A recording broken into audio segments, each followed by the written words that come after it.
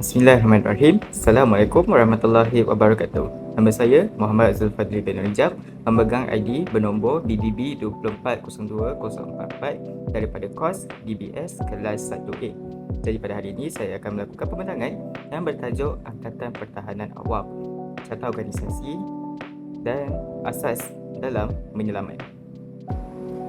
Jadi yang pertama, mari kita lihat kepada Carta Organisasi APMM dengan secara ringkas. Jadi yang pertama kita akan lihat kepada yang teratas iaitu Ketua Pesuruhjaya. Ketua Pesuruhjaya APMM ialah Yang Amat Berhormat Datuk Aminur Rahim bin Mohamad. Dan bawah Angkatan APMM ini ada dua sektor besar yang sangat penting, iaitu yang pertama ialah sektor operasi dan yang kedua ialah sektor pengurusan. Seterusnya, hari ini saya ingin membentangkan tentang beberapa asas dalam menyelamat. Yang pertama ialah Heimlich Maneuver, Back Blow, CPR dan juga AED. Jadi kita akan lihat satu persatu. Yang pertama, apa itu Heimlich Maneuver? Heimlich Maneuver ialah cara menyelamat yang kita gunakan untuk menyelamat dewasa yang sedang tercekik. Jadi di sini ada beberapa langkah yang mudah yang boleh kita ambil untuk melakukan Heimlich Maneuver. Yang pertama, kita perlu berdiri di belakang mangsa yang sedang tercekik. Yang kedua, genggam tangan kanan dan kiri. Tempatkan di tengah-tengah abdomen iaitu 2 inci di atas pusat. Kuncikan kedua-dua tangan. Tarik genggaman tangan ke dalam dan ke atas dan lakukan sehingga benda asing yang tercekik itu keluar daripada mulut mangsa. Sangat mudah kan? Jadi anda boleh rujuk gambar di tepi sebagai rujukan. Yang kedua ialah back blow. Back blow selalunya digunakan kepada bayi yang sedang tercekik. Jadi cara-cara melakukan back blow ini adalah sangat mudah. Pertama, kita perlu memegang bayi dalam keadaan yang stabil, pastikan dalam keadaan yang selesa.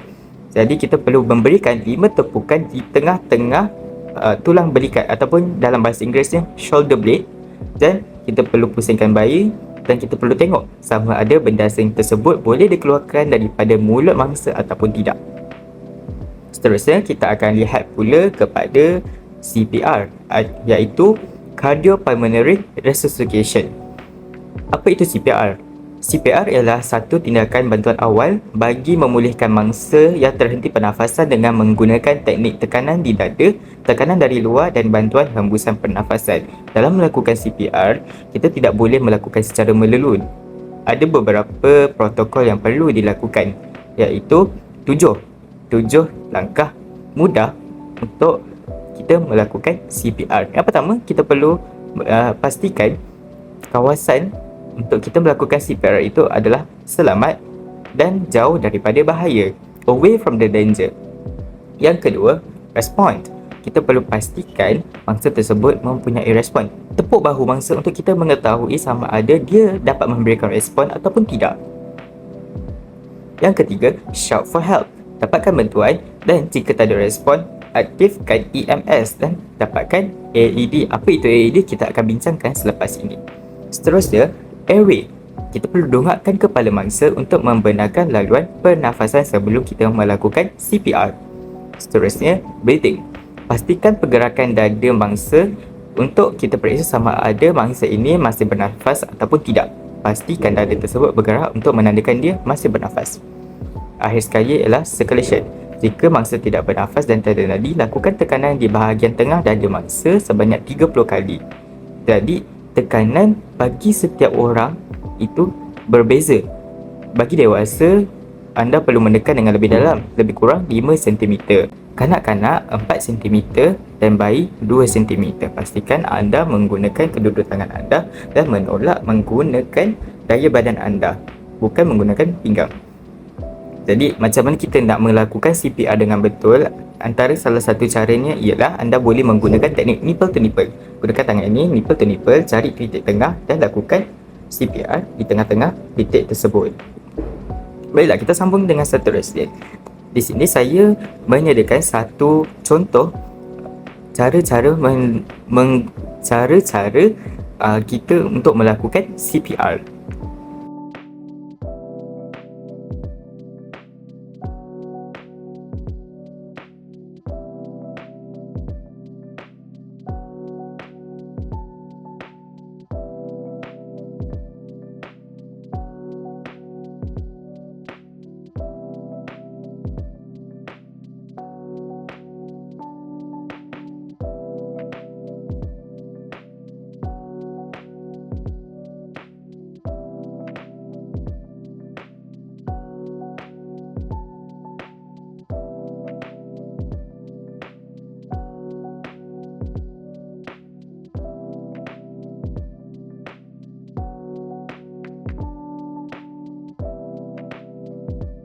Baiklah, seterusnya, mari kita lihat apakah CPR yang berkualiti. CPR yang berkualiti selalunya 100 hingga 120 tekanan per minit.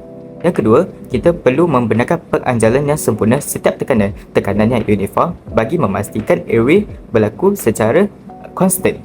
Yang seterusnya, kita perlu memastikan kedalaman tekanan berdasarkan kategori mangsa. Kalau mangsa itu badan berisi, sedikit berisi, kita perlu memberikan tekanan yang lebih supaya si PAR itu dapat membantu mangsa untuk bernafas.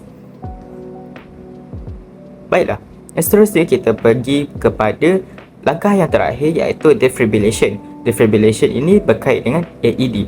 Sekiranya perlu, pasangkan alat AED dan kita berikan renjatan kepada mangsa.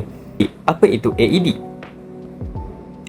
AED ataupun Automated External Defibrillation, AED adalah merupakan satu alat elektronik automatik mudah alih yang menganalisa ritma jantung mangsa ataupun pesakit.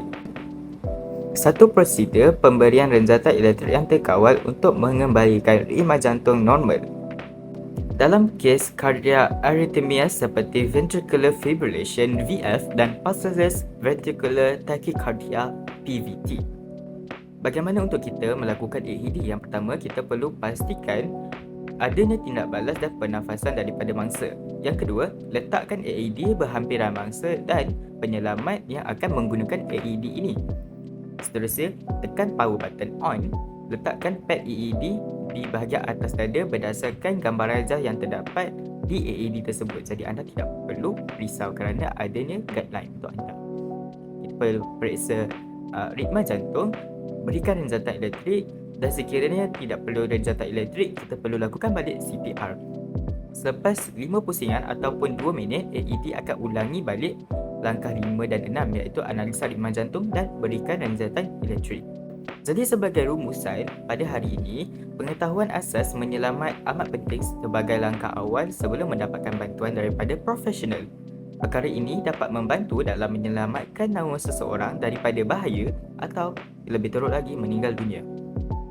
Jadi itu sahaja daripada saya. Sekian, terima kasih.